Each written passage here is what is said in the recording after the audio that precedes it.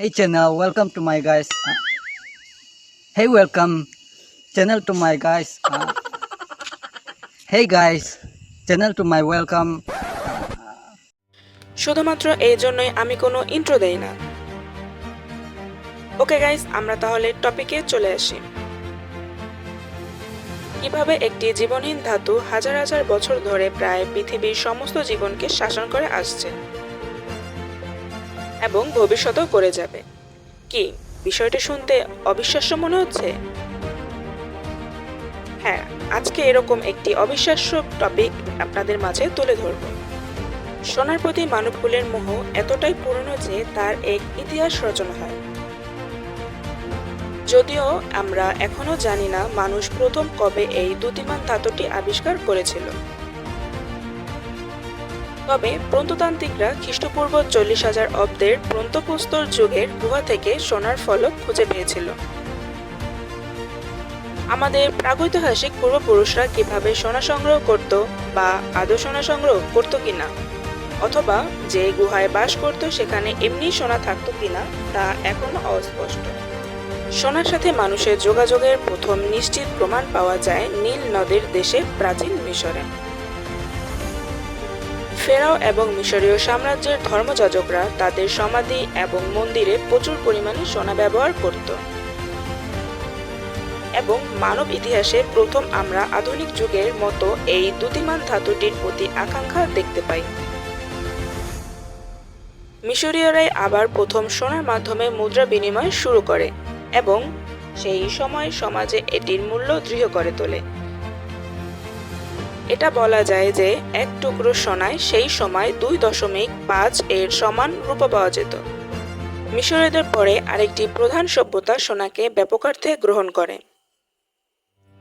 তারা ছিল গ্রিক সভ্যতা এবং তারা সোনাকে একটি সামাজিক স্থিতির চিহ্ন স্বরূপ এবং দেবতা ও উপদেবতার মাঝে গৌরবের রূপ হিসাবে দেখাত।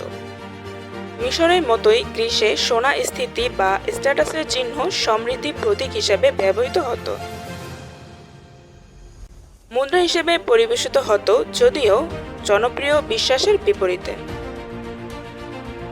অলিম্পিকের প্রথায় বিজয়ীদের সোনার মেডেল ঘোষণা আধুনিক অলিম্পিকের আগে শুরু হয়নি এবং কিছুটা গ্রিক প্রথা অনুযায়ী হয়। বহু বছর ধরে সোনা সমৃদ্ধির প্রতীক হিসেবে জনপ্রিয়তা পেয়ে আসছে।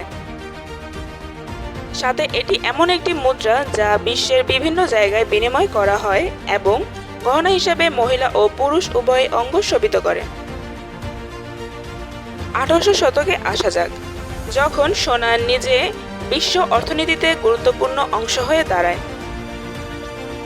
1792 সালে ইউনাইটেড স্টেটস অফ আমেরিকার কংগ্রেস একটি আইন পাশ করে যা সম্পূর্ণভাবে সোনার আধুনিক ইতিহাস পরিবর্তন করে দেয়।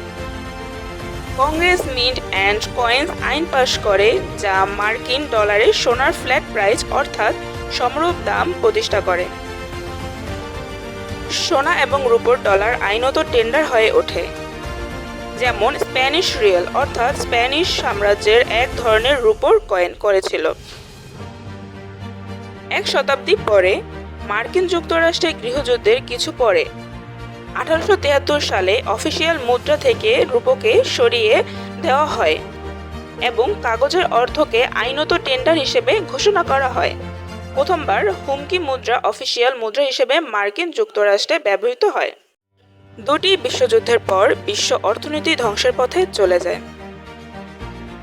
বেশিরভাগ প্রধান দেশগুলোই তাদের শহরগুলির পুনরুদ্ধানের কাজে নিয়োজিত থাকে, যে শহরগুলো আক্রমণ এবং বোমা বিস্ফোরণে ধ্বংস হয়েছিল।